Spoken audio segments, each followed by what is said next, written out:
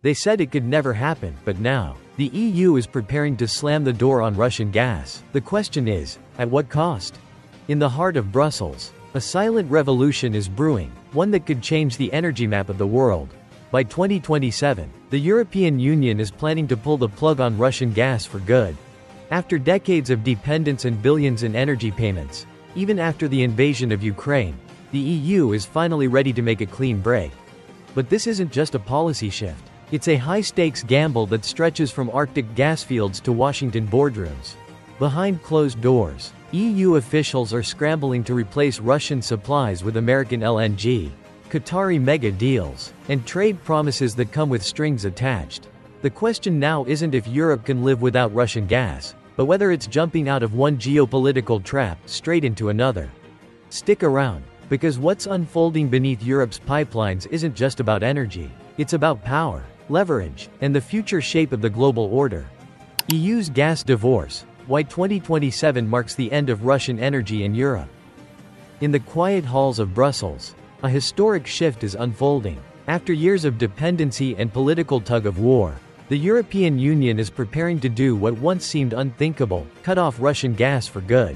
According to senior EU officials and leaked internal documents, the European Commission is drafting a sweeping proposal to ban all new purchases of Russian natural gas, both pipeline and liquefied, by the end of 2027.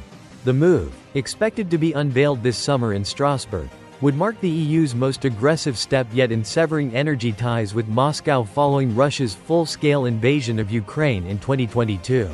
While imports from Russia have plummeted over the past 2 years, the Kremlin still supplied nearly 19% of the EU's total gas in 2024, mainly through Turkey and liquefied natural gas, LNG, shipments to European ports. In fact, the bloc spent over €23 billion, $26 billion, on Russian energy last year, surpassing its entire military aid to Ukraine. The clock is ticking. Europe's risky plan to replace Russian gas. The EU's upcoming plan is twofold. First, it would immediately prohibit any new short-term or spot contracts with Russian entities. This includes a third of current gas deals that fall under non-renewable or rolling agreements. Second, the Commission will seek to phase out long-term contracts, some of which stretch well into the 2030s, by the end of 2027. But this isn't just about closing valves. It's a logistical and geopolitical chess match. Europe's ability to enact the ban hinges on securing sufficient replacement supplies from the United States, Qatar, Canada, and even Africa. Bloomberg sources say Washington is already in advanced talks with Brussels over expanded LNG exports, potentially tied to a broader EU-US trade pact under the Trump administration. Trump's LNG leverage, how the US is becoming Europe's energy lifeline. President Donald Trump has long urged Europe to buy American when it comes to energy, and the EU might finally be listening. As part of ongoing trade talks, European negotiators plan to present a wide-ranging offer to the US, including a significant increase in LNG purchases, incentives for EU investment in US industries, and even cooperation on AI, semiconductors, and nuclear technology. But there's a catch: the EU wants something in return. Brussels hopes to ease tariffs on industrial goods, harmonize regulatory standards, and gain assurances against Trump's unpredictable tariff strategy. In the background, the European Commission is quietly preparing a list of retaliatory tariffs should negotiations collapse again, as they did in 2018. This comes just weeks after both sides agreed to a 90-day pause in their escalating tariff fight. Trump had reinstated a 25% tariff on EU steel and aluminum, while the EU delayed its countermeasures to avoid a fresh transatlantic trade war, at least for now. Breaking contracts, breaking rules, legal minefields ahead for EU energy shift. One of the thorniest issues lies in what to do with existing contracts. European utilities like Germany's SEFE, France's Total Energies, and Spain's Naturgy have long-term supply deals with Russia's Yamal LNG project in the Arctic. Simply walking away could trigger legal battles unless the EU provides legal cover, such as sanctions that enable companies to declare force majeure. But the Commission is treading carefully. Hungary and Slovakia, both heavily reliant on Russian pipeline gas, have already signaled strong opposition. And unlike sanctions, trade measures, like tariffs and import quotas, can pass with a qualified majority vote. The EU is weighing which legal route gives it the best balance of speed, legality, and political unity. Even defining what qualifies as a spot contract is tricky. In LNG markets, there's no global consensus. A ship arriving at an EU port might carry gas sold under a 3-month deal, or a 10-year contract that's being fulfilled in increments. For regulators, that's a nightmare.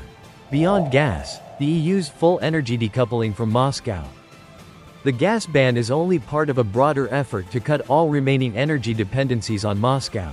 By mid-2025, the Commission also aims to phase out imports of Russian nuclear materials, including uranium used in the bloc's Russian-designed VVER reactors. As for oil, EU states still heavily reliant on Russian crude, namely Hungary and Slovakia, will be required to present national plans outlining how they'll end those imports by 2027. Meanwhile, the Commission will push for greater transparency in the EU gas market. One proposal under review would force companies to disclose contract volumes and durations to national regulators in Brussels. Trade retaliation looms. What happens if Trump walks from the deal? Europe's gas divorce is coming, but it won't be painless. Even though prices have stabilized, just a tenth of their 2022 peak, the region still faces tight supply conditions and depleted reserves. Major new capacity from US and Qatari LNG exporters isn't expected to hit markets until late 2026 or 2027. If the trade deal with the US goes sour, the EU is readying a counterpunch. That includes new tariffs on American goods and the possibility of dragging Washington back to the World Trade Organization. Officials say if Trump lets the 90-day tariff suspension lapse without a deal, retaliation will follow swiftly. For now, both sides are still talking, but beneath the diplomacy lies a stark reality. The post-war transatlantic alliance is being reshaped, not by bullets, but by gas contracts, trade flows, and tariffs. The new LNG arms race, Europe caught between superpowers. At first glance, liquefied natural gas might seem like a simple commodity, just chilled methane in steel tanks. But in today's fractured world, LNG has become a strategic weapon in the global battle for influence. And Europe? It's sitting right in the crosshairs. After cutting back on Russian pipeline gas, EU nations are rushing to lock in long-term LNG contracts. But as Bloomberg recently pointed out, there's a catch. Demand is exploding, not just in Europe, but across Asia, where China, Japan, and India are all racing to secure supply. Qatar, already the world's biggest exporter, is playing hardball, offering contracts with rigid terms, long durations, and limited flexibility. Meanwhile, the US has stepped up as Europe's fastest-growing supplier, with companies like Cheniere Energy and Venture Global shipping record volumes across the Atlantic. But this sudden dependence comes with new risks. Forbes analysts warn that Europe's bargaining position is slipping. The EU may be moving away from Russia, one expert noted, but it's walking straight into a new dependency on American LNG and Qatari megaprojects. And that's not just an energy problem, it's a geopolitical one. Behind the scenes, China is actively trying to outbid Europe for future LNG supply, locking in 20-year deals that threaten to squeeze Europe out if prices spike.